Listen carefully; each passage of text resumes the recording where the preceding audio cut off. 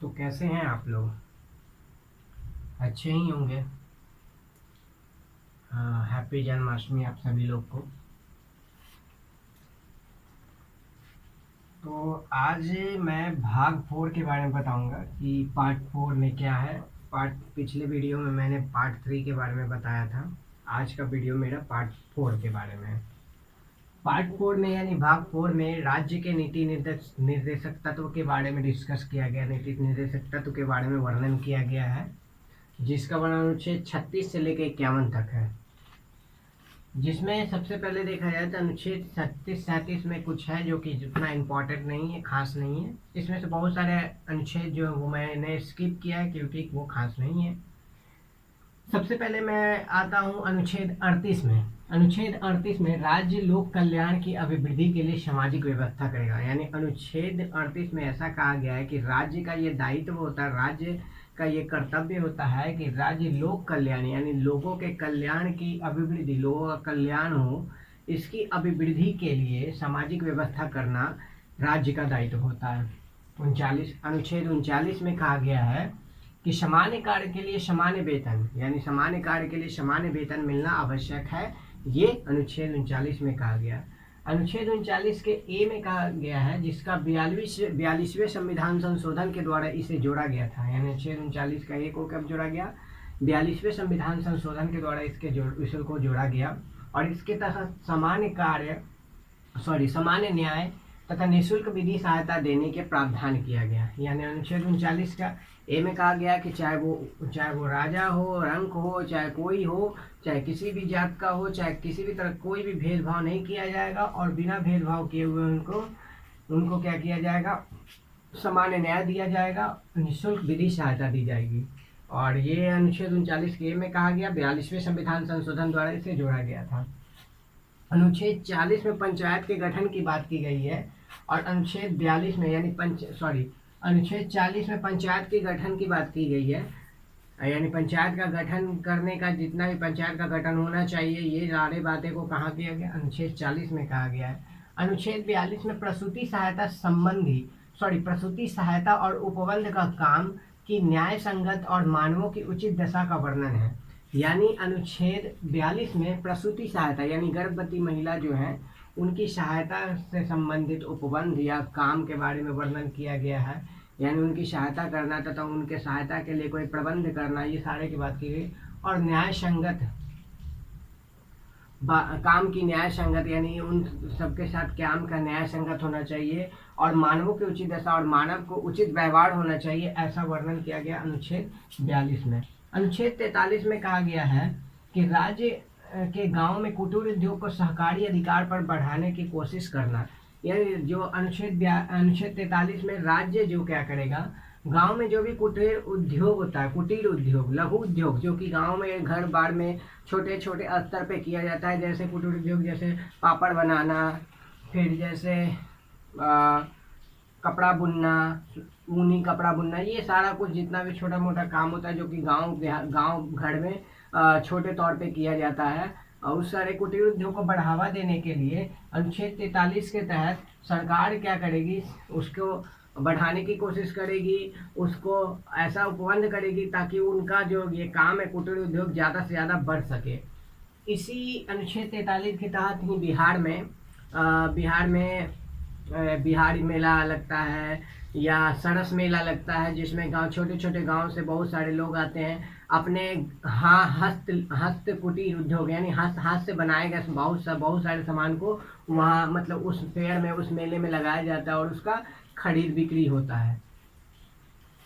अनुच्छेद 43 के ए में कहा गया है कि राज्य किसी उद्योग में लगे हुए उपक्रम संस्थान या अन्य संगठनों के प्रबंध में कर्मकारों को भाग लेना सुनिश्चित करने के लिए विधान द्वारा किसी अन्य तरीके से विशेष कदम उठाएगा। यानी राज्य का ये दायित्व होता है, अनुच्छेद 43 के ए के अनुसार राज्य का ये दायित्व होता है कि राज्य किसी उद्योग में लगे हुए उपक्रम, यानी कोई भी उद्योग है उसमें लगे हुए उपक्रम या संस्थान या अन्य संगठनों के प्रबंध करने के लिए, प्रबंध में जो भी कर्मकार लगे हुए हैं, यानी अगर कोई उद्योग है तो उस उद्योग का जो भी उपकरण लगा हुआ है या जो भी संगठन है, उस संगठन में कोई मतलब संगठन है या संगठन को बनाने के लिए या संस्थान को बनाने के लिए अगर कोई कर्म कार्ड लगे हुए हैं तो उन सारे कर्म कार्ड का भाग लेना, यानी कर्म कार्ड लगे हुए हैं तो ठीक है, अगर नहीं लगे हुए हैं तो उन बहुत सारे जो भी कर्म कार्ड हैं उन सारे कर्म कार्ड को इस उद्योग में लगाने के लिए व्यवस्था करना, ये राज्य का दायित्व होता है कि राज्य उन सारे उद्योगों में कर्मकारों को भेजे, कर्मकारों को वहाँ लगाए। ये इसका ज़्यादा से ज़्यादा कोशिश करे कि वहाँ कर्मकार लगे। ठीक है, किसी भी विशेष तरीके से कदम उठाए। जैसे देखिए बिहार सरकार के द्वारा जॉब फेयर में मेला लगाया जाता है, और भी जॉब फेयर मेला लगाया जाता है जहाँ पर कि लोग मतलब जो भी अपने स्किल बेसिस पे बहुत लोग जाते हैं और वहाँ पे अपना स्किल के आधार पर वहाँ उन लोगों को जॉब मतलब दिया जाता है, ये सारा कुछ। उसके बाद अनुच्छेद 44 के अनुसार नागरिकों के लिए समान सिविल संहिता, यानी अनुच्छेद 43 के नागरिकों के लिए समान सिविल संहिता लागू करना, और राज्य के संपूर्ण राज्य स्तर में नागरिकों के लिए समान संहिता लागू करेगा। कहने का मतलब वही हुआ कि अनुच्छेद 40 के अनुसार क्या कह रहे हैं, राज्य क्या कह रहे हैं, भारत के संपूर्ण यानी भारत का जो भी राज्य क्षेत्र है उन सभी नागरिकों के लिए अपने राज्य में समान सिविल संहिता लागू करेगा। यानी अगर मान ली बाहर के राज्यों से कोई लोग आ रहे हैं तो उनको भी वही मतलब सिविल संहिता दी जाएगी जो कि उस मतलब अपने राज्य के नागरिकों को दिया जा रहा है। समझ में बात आया? यानी भारत मान ली बिहार में मैं रहता हूँ तो बिहार जो भी फैसिलिटीज जो भी नागरिकता मेरे को यहाँ बिहार में रहने के लिए के कारण मिलती है वो सारा फैसिलिटीज वो भी मतलब समान सिविल संहिता वो सारा फैसिलिटीज बाहर के राज्यों को से आने वाले लोगों को भी दी जाएगी और समान सिविल संहिता का उपाय किया जाएगा। यह ऐसा अनुच्छेद 44 में कहा गया है। अनुच्छेद 45 में कहा गया कि 6 वर्ष से कम या 6 वर्ष तक के बच्चों की देखरेख की व्यवस्था करेगा।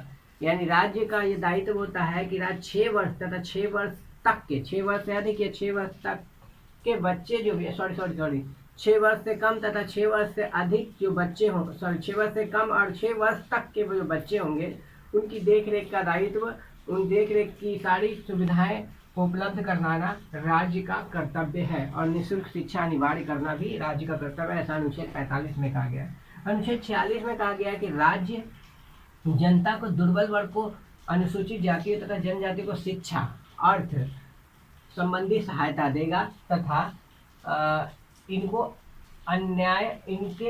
अन्याय और शोषण से सुरक्षा देगा। कहने का मतलब है कि जो भी राज्य का दुर्बल वर्ग होगा या अनुसूचित जाति होंगे या अनुसूचित जनजाति होंगे उनको क्या करने का, उन सभी के लिए शिक्षा और अर्थ यानी पैसे रुपये से संबंधी आर्थिक सहायता देना, शिक्षा देना राज्य का कर्तव्य है। और साथ साथ इन पे कोई अन्याय ना हो, इन पे कोई शोषण ना हो, इस बात की सुरक्षा देना राज्य का कर्तव्य होता है। उसके बाद अनुच्छेद 47 में कहा गया है कि पोषाहार स्तर एवं जीवन स्तर को ऊंचा करने तथा लोक स्वास्थ्य सुधार करने के लिए राज्य विशेष कदम उठाएगा। ठीक है, यानी अनुच्छेद 47 में कहा गया है कि पोषाहार स्तर यानी पोषण स्तर को अच्छा करने के लिए, हमारे पोषण स्तर को अच्छा करने के लिए, हमारे पोषण को अच्छा करने के लिए क्या करेगा, और जीवन स्तर को ऊंचा करने के लिए, और जीवन स्तर को ऊंचा करने के लिए राज्य कुछ ना कुछ उपबंध करेगा, उपाय करेगा और विशेष कदम भी उठा सकता है, कोई कानून भी बना सकता है। और इसी अनुच्छेद 47 के तहत बिहार में शराबबंदी कानून लागू हुआ है, और जो भी तंबाकू बंदी कानून लागू होता है या शराबबंदी कानून लागू होता है, ये सब इसी अनुच्छेद 47 के अनुसार होता है।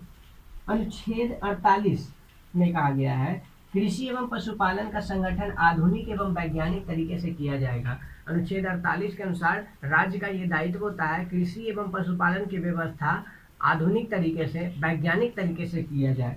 उसके बाद अनुच्छेद 48 के ए में कहा गया है पर्यावरण संरक्षण तथा संवर्धन एवं वन तथा वन्य जीवन की सुरक्षा या रक्षा का दायित्व राज्य का है। ठीक है, कहने का मतलब क्या है, अनुच्छेद 48 में ये कहा गया है कि पर्यावरण को संरक्षण देना या संवर्धन करना या वन्य जीव और वन की सुरक्षा करने का दायित्व राज्य का है। राज्य इसके लिए उचित कदम उठा सकता है, कोई कानून बना सकता है, ये राज्य का दायित्व है। जैसे प्लास्टिक बंदी, ये अनुच्छेद 48 ए के तहत है। अनुच्छेद 49 राष्ट्रीय महत्व के स्मारक या स्मारक स्थान और वस्तुओं के संरक्षण करना राज्य का दायित्व है। यानी अनुच्छेद 49 में कहा गया जो भी राष्ट्रीय महत्व के स्मारक हैं, राष्ट्रीय महत्व के स्मारक यानी राष्ट्रीय नेशनल लेवल का जो स्मारक है जो किसी राज्य में अवस्थित है, जिसका राष्ट्रीय रूप से इम्पोर्टेंस बहुत ज़्यादा है, तो उस तरह के स्मारक का और उस तरह के स्थान का जिसका राष्ट्रीय महत्व है, उन सभी का रक्षा करना, उन सभी के संरक्षण का दायित्व, उन सभी के सुरक्षा और संरक्षण का दायित्व राज्य का होता है। अनुच्छेद 50, जैसे अनुच्छेद 49 का जो बात कही गई उसका एक एग्जाम्पल जैसे देख लीजिए बोध गया, बिहार में बोध गया है, जहाँ पर उसके संरक्षण का दायित्व, क्योंकि वो अंतर्राष्ट्रीय महत्व का है, अंतर्राष्ट्रीय महत्व का है, तो जिसके उसके संरक्षण का दायित्व राज्य सरकार का भी है और केंद्र सरकार का भी है, लेकिन राज्य सरकार को संरक्षण का दायित्व पहले बनता है, राज्य सरकार उसका संरक्षण करेगी। फिर जैसे अशोक स्तंभ है जो बिहार राज्य में लौरिया नंदनगढ़ में और लौरिया अरेराज में जो भी अशोक स्तंभ पाए गए उनकी भी सुरक्षा करना राज्य का ही दायित्व है। अनुच्छेद 50 में राज्य के कार्यपालिका तथा न्यायपालिका का पृथक्करण करेगा। अनुच्छेद 50 में कहा गया कि राज्य का ये दायित्व है कि कार्यपालिका और न्यायपालिका का अलग अलग अलगाव करे, उनके कार्य को स्पष्ट करे और उनके कार्य को पृथक्करण करे। उसके बाद अनुच्छेद 51 में अंतर्राष्ट्रीय सुरक्षा एवं शांति को बढ़ावा देगा। अनुच्छेद 51 के अनुसार क्या करेगा कि अंतर्राष्ट्रीय सुरक्षा और संरक्षा और शांति को बढ़ावा देना राज्य का दायित्व है। और फिर उसके बाद कुछ यहाँ तक तो अनुच्छेद 51 तक, लेकिन कुछ ऊपर छूट गया था जो कि अनुच्छेद 38 का ए है, जो उसका 38 का ए, उसमें कहा गया है कि आय के असमानताओं को कम करने तथा विभिन्न व्यवसाय में लगे हुए लोगों के समूहों के बीच प्रतिष्ठा, सुविधाओं, अवसरों की असमानता को समाप्त करने का प्रयास राज्य करेगा। और इसको जोड़ा गया 44 संविधान संशोधन 1978 में। देखिए क्या 38 के ए में कहा गया है कि जो भी आय संबंधी असमानता है, राज्य में जो भी आय संबंधी असमानता है तथा विभिन्न व्यवसाय में लोगों के समूहों के बीच जो प्रतिष्ठा को लेकर के असमानता है, यानी कुछ अलग व्यवसाय, कोई छोटे व्यवसाय कर रहे हैं, कोई बड़े व्यवसाय कर रहे हैं, तो उन लोगों की प्रतिष्ठा को लेकर जो असमानताएं हैं, अवसर को लेकर जो असमानता है, उसको समाप्त करने का प्रयास भी राज्य करेगा। और यह अनुच्छेद 44वां संविधान संशोधन के अनुसार इसको ऐड किया गया। अनुच्छेद इसका कौन था? 38A था और 1978 44वां संविधान संशोधन में इसको ऐड किया गया, इसको जोड़ा गया। अब अनुच्छेद 39F में कहा गया कि बच्चों को स्वतंत्र एवं गरिमामय वातावरण के स्वास्थ्य विकास के अवसर एवं सुविधा प्रदान करना राज्य का दायित्व है। यानी कहने का मतलब बच्चों को क्या करना है कि बच्चों को अवसर प्रदान करना, यानी स्वतंत्र एक वातावरण प्रदान करना, गरिमामय वातावरण प्रदान करना, उनके स्वास्थ्य का ध्यान रखना, उनके सुविधाओं को उपलब्ध कराना, ये सारा दायित्व राज्य का। और इसको 42वें संविधान संशोधन 1976 के द्वारा जोड़ा गया। इस प्रकार हम लोग राज्य के नीति निर्देशक तत्व के बारे में हम लोग भाग 4 में देखें।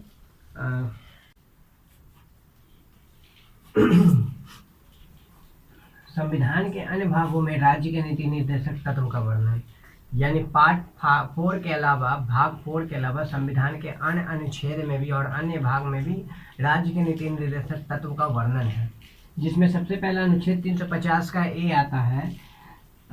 जैसे कि इन सब मतलब जो 3 अनुच्छेद यहाँ दिया गया है, इसका वर्णन भाग 4 में नहीं है, अदर में है, लेकिन फिर भी इसको राज्य के नीति निर्देशक तत्व में रखा गया क्योंकि न्यायपालिका ऐसा कहती है। न्यायपालिका के आदेशानुसार इन तीनों को राज्य के निर्देशक तत्व के रूप में माना जाता है। तो सबसे पहले 350A, प्रत्येक राज्य तथा राज्य के भीतर स्थानीय प्राधिकारी का यह कर्तव्य है कि भाषाई अल्पसंख्यक वर्ग के बालकों को शिक्षा के प्राथमिक स्तर पर मातृभाषा में शिक्षा की पर्याप्त सुविधा की व्यवस्था करे।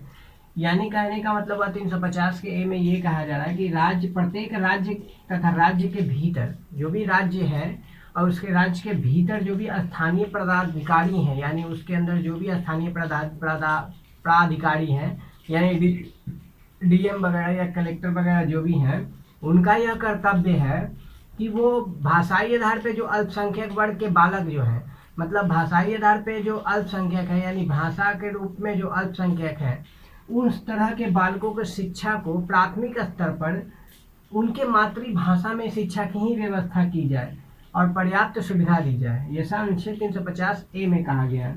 अनुच्छेद 351 में कहा गया है कि इसके अंतर्गत हिंदी भाषा का प्रसार तथा विकास करना अनिवार्य है।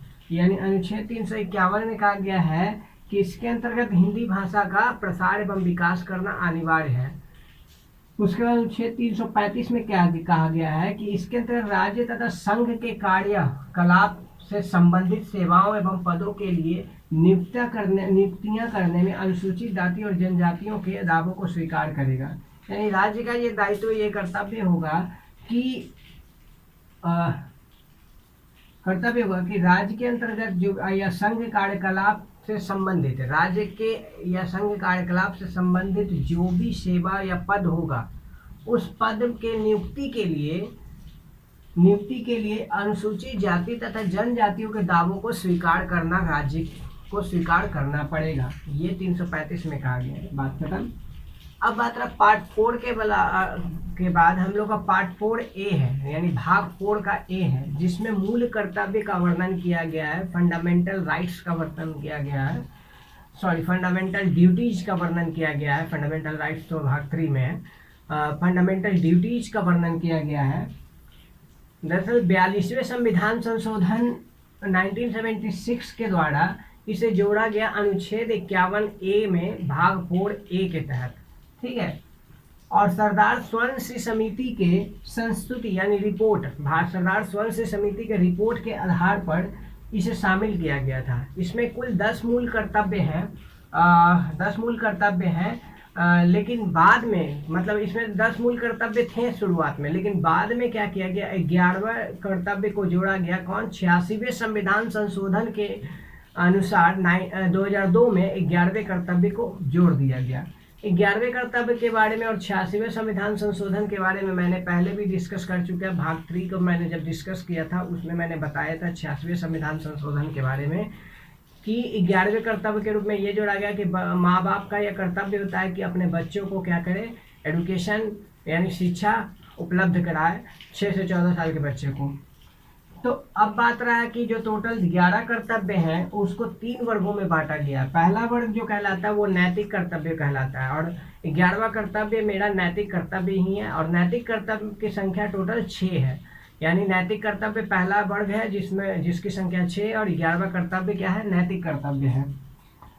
दूसरा कर्तव्य राजनैतिक कर्तव्य है। दूसरा कर्तव्य क्या? राजनैतिक कर्तव्य है। राजनैतिक कर्तव्य इसकी संख्या 3 है। राजनैतिक कर्तव्य के अंतर्गत हम लोग कह सकते हैं कि 3 जो है, इस तीनों का वर्णन मैंने किया है। भारत की एकता एवं अखंडता और प्रभुता की रक्षा करना। पहला जो बोला जा रहा है कि भारत का जो एकता है, अखंडता और प्रभुता की रक्षा करना राज्य का, मतलब ये हमारा क्या है, ये हमारा क्या है, मूल कर्तव्य है कि हमें अपने राज्य की प्रभुता, अखंडता और एकता का रक्षा करना है। उसके बाद दूसरा बोला राष्ट्रगान तथा राष्ट्रध्वज का आदर करना। दूसरा कर्तव्य हमारा ये राजनीतिक कर्तव्य के रूप में ये है कि राष्ट्रगान और राष्ट्रध्वज की आदर करना है। और उसके बाद देश की रक्षा एवं राष्ट्र सेवा के लिए हमेशा तैयार रहना है। यानी देश की रक्षा एवं राष्ट्र सेवा के लिए हमेशा हम लोग को तैयार रहना है। ये हमारा तीसरा राजनीतिक कर्तव्य है। फिर उसका दूसरा वर्ग हम लोगों ने राजनीतिक कर्तव्य देख लिया। तीसरा वर्ग जो हम लोग का है विशिष्ट कर्तव्य का है।